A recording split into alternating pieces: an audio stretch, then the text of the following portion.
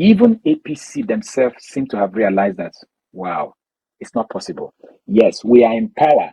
We control the police, the military, but the evidence is so glaring that if the court want to bury themselves, they should pass them. If the judiciary want to bury themselves, they should say that there's no problem. Because if the judiciary does it, that paper where our electoral act and constitution is printed will not worth even, it will not worth even what the Kosei woman who used to wrap akara on the street of Kano or Abuja or Kaduna.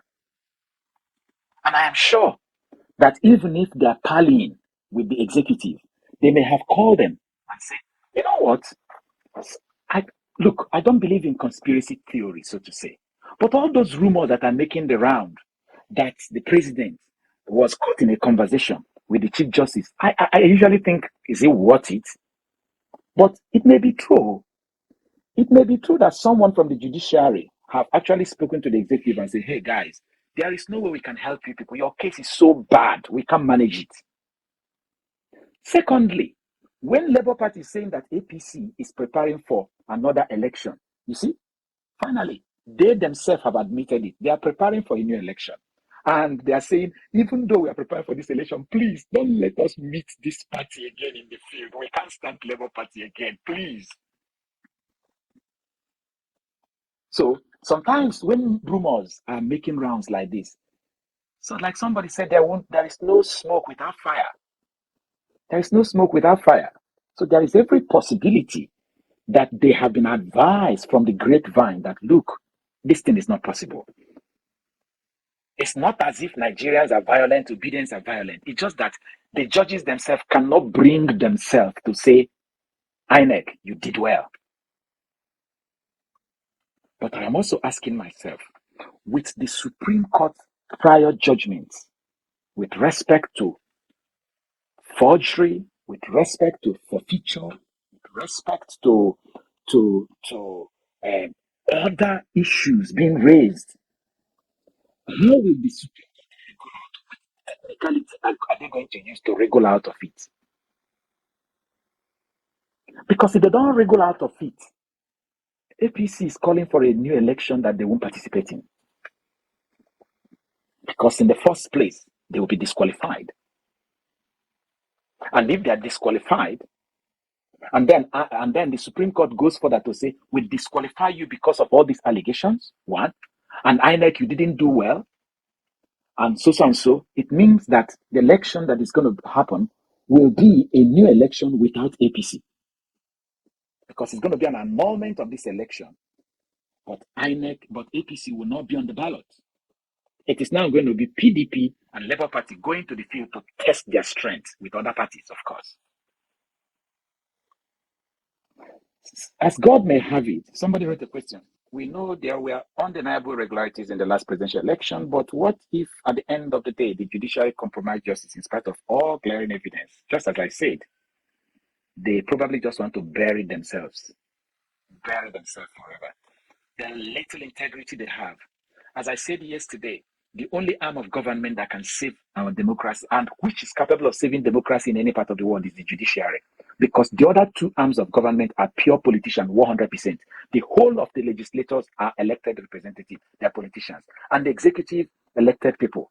So they want to exploit the system. They want to do it by hook or crook. The only body that can checkmate democracy and make democracy work is the judiciary. And if you have followed me, you notice that I keep saying judiciary, it is you that will make or mar our democracy. And that our democracy is like this because the judiciary permitted it. Since 1963 till date, our judiciary kept permit. Why would the politicians of today ask you to go to court? If not, that they know that the judiciary will help to endorse and validate their criminality. That's it. But like Mikey Guinea used to say, that in United Kingdom used to be dirtier than Nigeria when it comes to politics. But the judiciary woke up to their responsibility and took the big hammer. If you near them, they will crack your head. Now, they don't want to near the judiciary. And the system is clean. And I make bold to say that if our judiciary can wake up and roar from their chambers in this our dispensation, it doesn't matter who becomes the INEC chairman. Even if you make APC chairman the INEC chairman, he will do the right thing, because he knows that if he does not do the right thing, the big hammer of the judiciary is waiting. So judiciary should wake up and save us, because they are the only people who have the capacity to clean up our democracy. It says I should explain the appeal court judgment in Lagos State on LP Federal Court to be LP Federal Court, Labour Party Federal Court. I don't know the case you're referring to. If you can type and explain further, to be honest, aside from the case of the governorship petition in Lagos State and the governorship petition in Enugu State and the presidential petition that is in the court, there is no other Labour Party case that I am tracking except this three: the Lagos State governorship, the Enugu State governorship, and the presidential in Abuja. So if it is at the level of legislature, I don't know, because I'm not tracking it. Okay. Anything else, please? I don't know if there are more questions from. I just want you to explain to our audience on what basis is Tinubu asking the court to disqualify Peter Obi. We know that directly or indirectly they are trying to avoid him, But what is the reasons that they've given to the tribunal? They said that he is not that Peter Obi and Labour Party is not the party that scored the second highest, the highest number of votes, which is not the requirement of the law.